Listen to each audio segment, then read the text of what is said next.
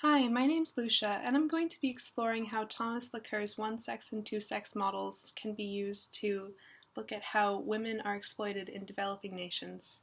I'm making this video for Gender and Women's Studies at Dal. Across the globe, many women in developing nations work long hours for low wages in export processing zones. Export processing zones are areas created by many developing nations to import raw materials and export finished goods tax-free. There are also exemptions for workers' rights. These benefits exist to attract investors and pour money into the nation's economy. In this video, I will be using a lot of clips from the International Trade Union Confederation, as they have done extensive interviewing on this subject.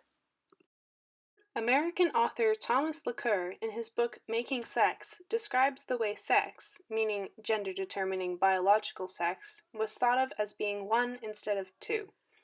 The men would have external sex organs, and the women would have interior ones. In his one-sex model, the male sex is treated as the default. Laqueur believes that this model lasted until around the 18th century, and afterwards there is what he calls a two-sex model. In this model, women have their own female sex, but still as seen through the eyes of a man. The genders of men and women become total opposites not only in biology, but also in morals and social behavior. The two-sex model both liberates women from their alter male sex, but also opens them to exploitation as an othered group. This Filipino EPZ administrator explains the tax breaks. They are not paying any of the local taxes.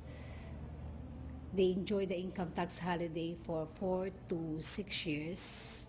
They can import raw materials, equipments, machineries tax-free, as well as export the finished products tax-free. And this assistant director explains how the workers are not paid fair wages. We have found out that 33% or one-third of the companies violate the provision on wages, meaning they give wages way below the minimum wage. And second is there is a systematic forced overtime, especially during shipment. Many of these are young women who have no previous experience in the workforce. And this garment worker from Madagascar explains the consequences of having such a low wage.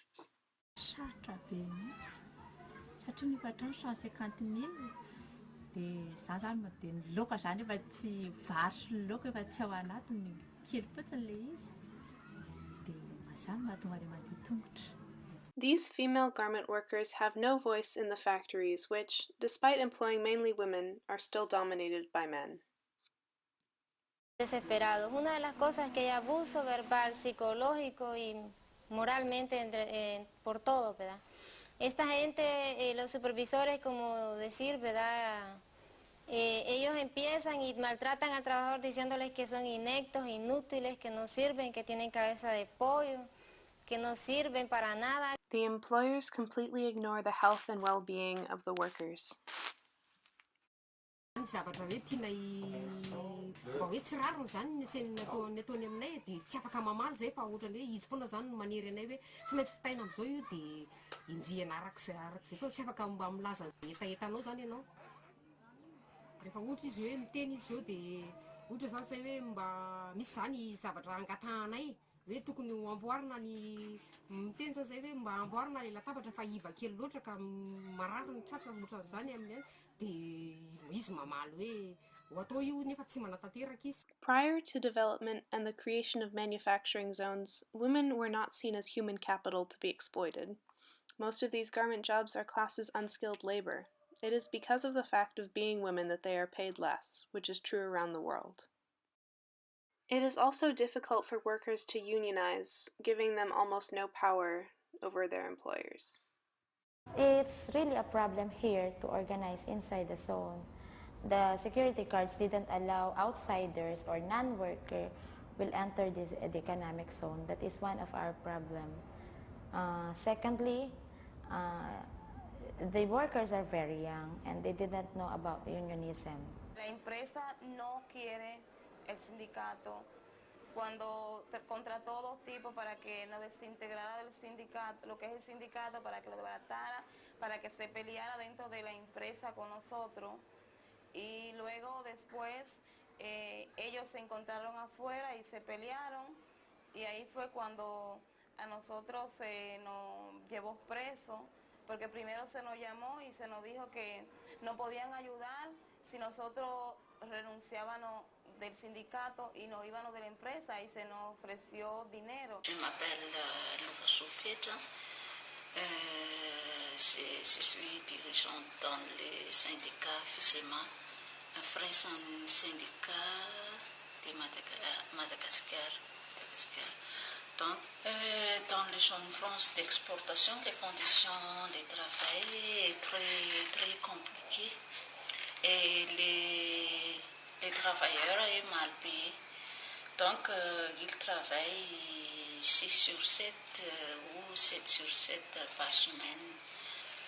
Et aujourd'hui, les salaires de base, salaire minimum de base à la zone France, c'est 76 000 l'arrière, à peu près 25 euros par mois.